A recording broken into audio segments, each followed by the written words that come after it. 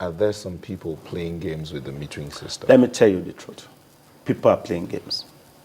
And it's quite unfortunate. And this is what the new government should look into. Let me tell you, the discos are desperate to recoup their investment with yield. One of the shortest ways of doing that is to keep, I call them tariff collectors, really, because they haven't really added serious value. They had a bit of funding, which we call acquisition financing, to be able to buy those entities.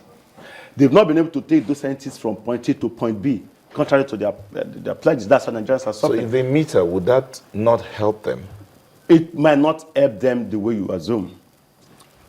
For instance, in my home back in Abeokuta, I was getting estimated billions of about 10,000, 15,000, and barely go home. I contested it. I threatened to sue them.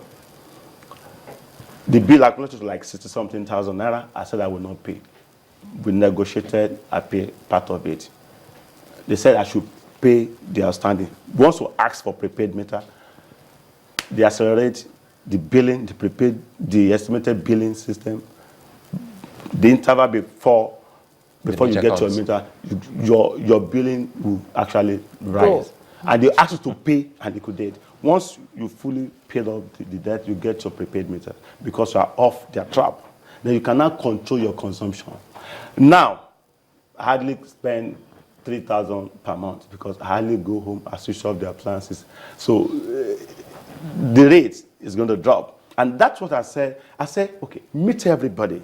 Increase the nest of your customers so that you don't overtax existing customers. Spread, get meters, distribute meters, let people pay for actual consumption. That is the problem.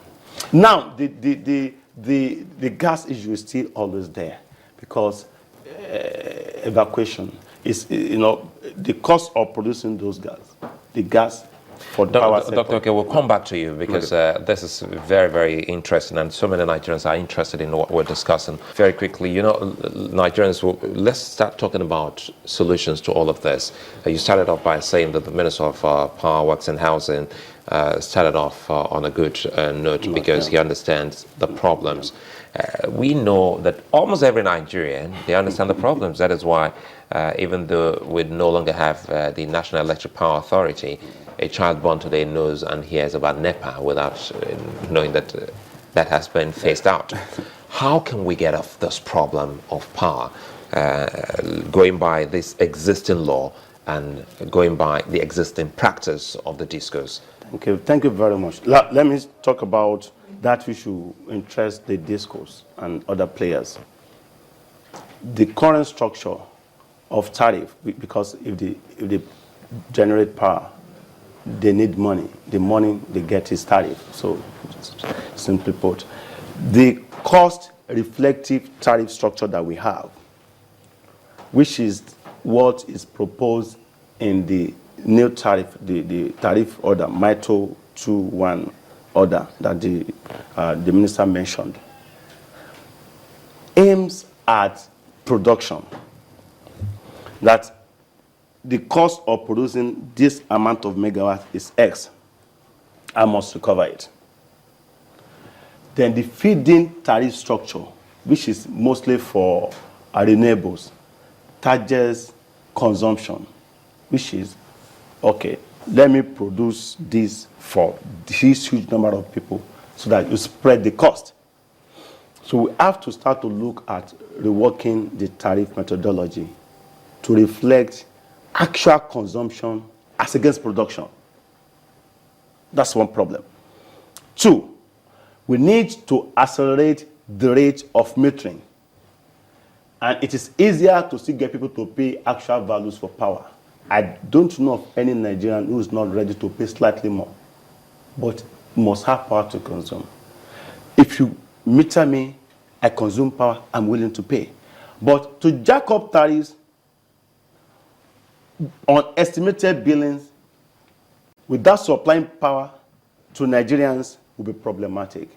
and it's a recipe for crisis. It's a good thing you add that, that's a caveat about without supplying power, because even when bills are estimated, if they're constant, if electricity supply is constant, some people don't really mind. They still pay. They still pay. But when it is estimated and there is no power, let me that's where the problem lies. Yesterday, a law office called me because some law offices who normally consult. They called me, and the problem, they had a client who's just set up a plant, just like a big company, still under construction. No meter. They've been sending bills. And the guy said, hey, you mentioned something on here, I read your books. Yes. What law or regulation? Of course, I gave him. Even a building under construction is being given estimated bills. Have you also heard about the analog metering system, how people are being, ripped off, even with the analog billing? See, the entire... Because, it's always difficult for those consumers to argue it, because they show you some kind of reading, they show you some kind of figure, exactly, and you just realize that you've not been home, nothing has been put on in that same home, but they tell you that this figure has moved to this figure, and you're asked to pay.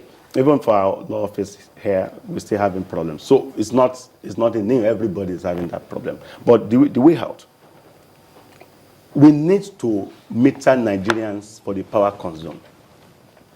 Then we need to do something about unevacuated power. Then we need to back off from the regime of regulated tariffs in a deregulated power sector. At best, we can have a moderated tariff structure reflecting the deregulated power sector. When you talk of moderated tariff structure, we are talking of course, disaggregated tariff structure. The one you have reflects the time you are at home. When you are in the office, nobody really pays you. They know you normally stay at home during the weekend, you pay more for weekend. Christmas time, you pay more. Layer period, you pay more because your family will be at home. Everybody wants them to enjoy power. So tariff structure should reflect the rate and level of consumption as against estimated blanket billing, unjustifiable billing. And my final word, it is illegal to bill people for power not consumed. It is criminal to consume power and not pay. The solution is metering. And we have meters at Bomas and other areas. Dr. Yemi Oke, energy expert and lawyer, many thanks for speaking with us. We'll stay on this. And are you hopeful with this new minister fixing this? No, I'm very optimistic. No, he's a man with a mother's touch.